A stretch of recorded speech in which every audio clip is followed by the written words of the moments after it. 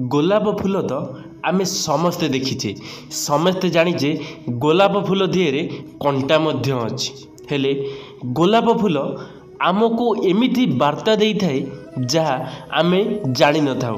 गोलाप फूल ठारू आमे एमिति किछि जिनिस शिखिबार अछि जहाँ कि आमको जना नहीं। आमे सबु बळ पई आमको पसंद लागि थाए गोलाप फूल। जदि आमे काहाकू भल पाई थाउ ताहाले ताकू मध्य गोलाप फूल देबाकू आमको भल लागि थाए।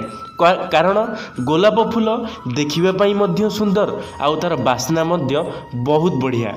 सेथि पई लोक माने गोलाप फूल को बहुत पसंद करि थांती हेले लोक माने जानि नाहांती पछरे थिबा रहस्य विषय रे जहाँ कि मनीष सहित पूरा जड़ी होई रहिछि। जहाँ कि आमे गोलाप फूल देखुछि ताहा मनीषर प्रत्येक कर्म को नहीं जड़ी होइकी रही थाए। तो चलतु सांग माने आजिर भिडियोटी सही भली किछि जहाँ कि आपण माने प्रत्येक दिन गोलाप फूल कौनसी ना कहा कौनसी जगह रे कहा को देउछंती नले कौनसी भगवान को दिहरे आपण माने गोलाप फूल अर्पण करूछंती। सेही गोलाप फूल विषय रे जानिबा आज भल भाबरे। सांग माने मु विश्वजीत आपण मानको स्वागत करूछि मोर एक नुआ वीडियो रे।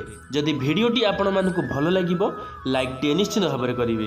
तो चलतु आजिर वीडियोटी कौन अच्छी देखि नवा। भगवान कृष्ण मतरी गोलाप फूल ठारू शिखंतु एही कथा बास 2 मिनिट पढ़ंतु आपणक जीवन बदली जीव। हाँ सांग माने वीडियोटी टिके लंबा होई पारे किंतु जदि आपण माने शेष पर्यंत देखिबे ताहाले आपणक जीवन बदली जीव। आपण माने गोलाप फूल निश्चय जानिथिबे। गोलाप फूल को प्रायतः लोक माने बहुत पसंद करि थांती। एहा पूजा करिबा समय रे व्यवहार करा जिबा सह विभिन्न कार्यक्रम रे मध्य व्यवहार करा जाए। गोलाप फूल को प्रत्येक व्यक्ति प्रेम करि थाए कारण यह देखा बहुत सुंदर होई थाए। यार सबुठारु खास कथा हेउची यार सुगंध जहाँ बहुत मनलोभा होई थाए। यार बासनारे दूररू काहाकू भी आकर्षित करि थाए गोलाप फूल।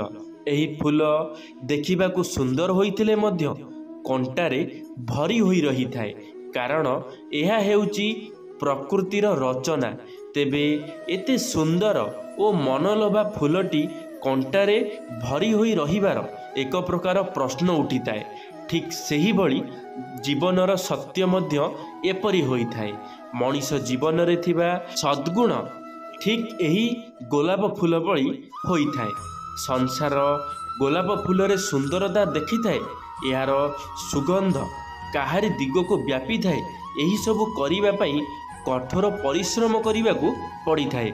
सांग माने गोटे मनीष तुम सामने सी भल देखा जाउची हेले से भल देखा जीवा पाई ता पछरे सी केते कोन करिछि सेही जिनिसटा को केही भी जानि पारि नथांते। गोटे मनीष ता जीवन रे बहुत किछि संचय करिछि बहुत किछि बड़ धनी लोकटिए बनिछि हेले से जो धनी लोकटिए बनिछि से बहुत किछि ता पई रखिछि बहुत किछि ता पई करिछि। से केमिति कला से जिनस करने पई से बहुत मेहनत करिछि। से ता पछरे से ता दिन राति एक करि देइछि बिली से आज तुम आगे गोटे बड़ मनीष होई छेड़ा होइछि। जदि से सेतिके कष्ट न करि थांता सी जदि सेमिति काम करि न थांता सी जदि राति दिन एक न करि थांता से कोन आज गोटे सेमिति बड़ मनीष होई पारि थांता कि केबे भी हेले होई पारि न थांता।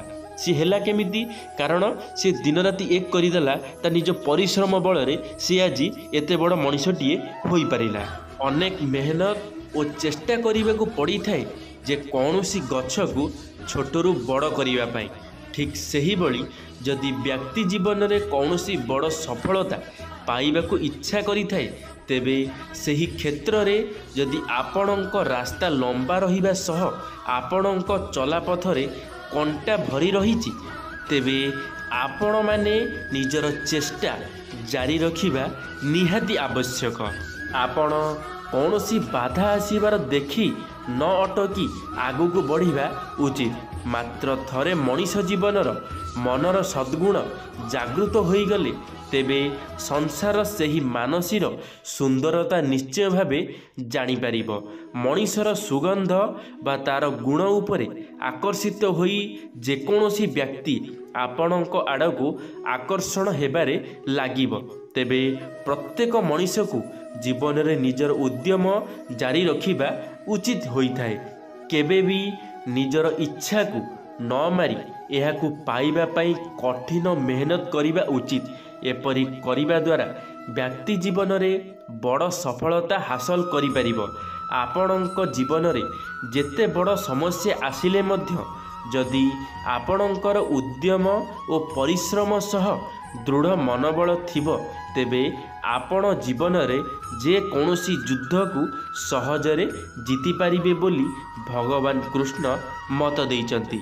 ସାଙ୍ଗମାନେ, ଆମ ଜୀବନରେ ବହୁତ ବଡ଼ ବଡ଼ ପାହାଡ଼ ଆସିବ, ପର୍ବତ ଆସିବ, ହେଲେ ଆମକୁ ସେସବୁ ଜିନିଷକୁ ପାରି କରିବାର ଅଛି। ଆମକୁ ସେସବୁ ଜିନିଷ ଯଦି ଆମେ ପାରି ନ କରିପାରିବା, ତାହେଲେ ଆମ ଜୀବନରେ ଆମେ କିଛି ବି କରିପାରିବା ନାହିଁ। ଆମ ଜୀବନରେ ବହୁତ ଖରାପ ରାସ୍ତା ଆସିବ, ବହୁତ କଣ୍ଟାମୟ ରାସ୍ତା ଆସିବ, ହେଲେ ଆମକୁ ସେସବୁ ପାରି କରିବାର ଅଛି। ଆମ କାମ ହେଉଛି କି ଆମେ କୌଣସି ଗୋଟିଏ ସଫଳତା ହାସଲ କରିବା, କୌଣସି ଗୋଟିଏ ସକ୍ସେସ୍ ହେବା ପାଇଁ କୌଣସି ଜାଗାରେ ଗୋଟିଏ ଆମକୁ ପହଞ୍ଚିବାର ଅଛି। ସେ ରାସ୍ତାରେ ଆମକୁ ଯେତେ ଅସୁବିଧା ଆସୁ, ଯେତେ ବାଧାବିଘ୍ନ ଆସୁ, ଯେତେ ଆମର ଯେକୌଣସି ଲୋକ ଯାହା ବି କରିବାକୁ ଚାହାନ୍ତୁ, ହେଲେ ଆମ ମନରେ ଗୋଟେ ଜିନିଷ ରହିବା ଦରକାର, ଆମକୁ ଆମ ସଫଳତା ପାଖରେ ପହଞ୍ଚିବାର ଅଛି। ଯଦି ଆମ ମନରେ ଏହି ଜିନିଷଟା ରହିଗଲା କି ଆମକୁ ଆମ ସଫଳତା ପାଖରେ ଅଛି, ଆମ ସଫଳତା ଆମକୁ ହାସଲ କରିବାର ଅଛି, ତାହେଲେ ଆମକୁ ଆମ ଜୀବନରେ କେହି ବି କେତେ ବଡ଼ ମଣିଷ ଆସୁ ଆମକୁ କେବେ ବି ହେଲେ ସେ ରୋକିପାରିବ ନାହିଁ। ହେଲେ ଆମେ କ'ଣ କରିଥାଉ ନା, ଆମେ ରୋକି ଯାଇଥାଉ, ଆମେ ରହିଯାଇଥାଉ, ଲୋକମାନଙ୍କୁ ଆମେ ଡରି ଯାଇଥାଉ, ସେ ରାସ୍ତା ଗୁଡ଼ାକ ଆମେ ପାର କରିପାରିନଥାଉ।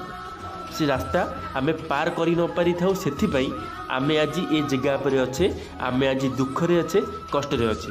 ଖାଲି ଲୋକମାନେ ଆମକୁ କ'ଣ କହିଦେବେ, ଲୋକମାନେ ଆମକୁ ସେ ଯାକେ ଯିବାକୁ ଦେବେନି। ଲୋକମାନେ ତ ତୁମ ସୁଖ ଦେଖି କେବେ ସହିପାରିବେ ନାହିଁ। ଲୋକମାନଙ୍କୁ ଯଦି ତୁମେ ଜଳେଇବାକୁ ଚାହୁଁଛ, ତାହେଲେ ନିଜ କର୍ମକ୍ଷେତ୍ରରେ ମାଡ଼ି ଚାଲ, କେବେ ବି ହେଲେ ପଛ ଘୁଞ୍ଚା ଦିଅନି। ବୀରର ଜାତକେ ନାହିଁ ପଛ ଘୁଞ୍ଚା। ଆପଣମାନେ ଏ କଥାଟା ନିଶ୍ଚିତ ଭାବରେ ଜାଣିଥିବେ। ଯିଏ ବୀରର ଜାତକରେ କେବେ ବି ହେଲେ ପଛ ଘୁଞ୍ଚା ନଥାଏ। ବୀର ସବୁବେଳ ପାଇଁ ଆଗକୁ ଯିବା ପାଇଁ ଚେଷ୍ଟା କରିଥାଏ। ତୁମେମାନେ ମଧ୍ୟ ବୀର ଭଳି, ଗୋଟିଏ ଯୋଦ୍ଧା ଭଳି ଆଗକୁ ବଢ଼, ନିଜର ଭବିଷ୍ୟତକୁ ବଦଳାଅ, ରୋଜଗାର କର, ନିଜର ଯାହା ବି ମନରେ ଇଚ୍ଛା ଅଛି ନିଶ୍ଚିତ ଭାବରେ ପୁରା କରିବ। ନିଶ୍ଚିତ ଭାବରେ ଗୋଟାଏ ନା ଗୋଟାଏ ଦିନ ପୁରା ହେବ ଯଦି ଆପଣଙ୍କ ମନରେ ଏକାଗ୍ରତା ଥିବ, ଯଦି ଆପଣଙ୍କ ମନରେ ସ୍ଥିରତା ଥିବ, ଯଦି ଆପଣଙ୍କ ପାଖରେ ସାହସ ଥିବ, ତାହେଲେ ଆପଣ ସବୁଥିରେ ସଫଳତା ପାଇପାରିବେ, ସବୁଥିରେ ସକ୍ସେସ୍ ପାଇପାରିବେ। ଧନ୍ୟବାଦ ସାଙ୍ଗମାନେ, ଭିଡ଼ିଓଟି ଶେଷ ପର୍ଯ୍ୟନ୍ତ ଦେଖିଥିବାରୁ ଆପଣମାନଙ୍କୁ ଅଶେଷ ଅଶେଷ ଧନ୍ୟବାଦ। ଆଶା କରିବି ମୋର এই ଭିଡ଼ିଓଟି ଆପଣମାନଙ୍କୁ ନିଶ୍ଚିତ ଭାବରେ ଭଲ ଲାଗିଥିବ। ଯଦି ମୋର এই ଭିଡ଼ିଓଟି ଆପଣମାନଙ୍କୁ ଭଲ ଲାଗିଥିବ, ଲାଇକ୍ଟିଏ କରିବେ, ସାଙ୍ଗମାନଙ୍କ ମଧ୍ୟରେ ସେୟାର ନିଶ୍ଚିତ ଭାବରେ କରିବେ। କମେଣ୍ଟ ବକ୍ସରେ ଆପଣମାନଙ୍କର ମତାମତ ରଖିବେ। ଯଦି ଆପଣମାନେ ଆମ ଟକିଂ ୱାର୍ଲ୍ଡ ୟୁଟ୍ୟୁବ୍ ଚ୍ୟାନେଲରେ ପ୍ରଥମ ଥର ପାଇଁ ଆମ ଟକିଂ ୱାର୍ଲ୍ଡ ୟୁଟ୍ୟୁବ୍ ଚ୍ୟାନେଲକୁ ସବସ୍କ୍ରାଇବ୍ କରି ବେଲ୍ ଆଇକନ୍କୁ ଅଲ୍ କ୍ଲିକ୍ କରିବେ, କାରଣ ଆମ ଚ୍ୟାନେଲରେ ଯେବେ କିଛି ନୂଆ ମୋଟିଭେସନାଲ୍ ଭିଡ଼ିଓ ଛଡ଼ାଯିବ ଆପଣମାନେ ସର୍ବପ୍ରଥମେ ଦେଖିପାରିବେ। ଧନ୍ୟବାଦ ସାଙ୍ଗମାନେ। ଜୟ ଜଗନ୍ନାଥ, ଜୟ ମା ଶାରଳା, ଜୟ ଶ୍ରୀକୃଷ୍ଣ।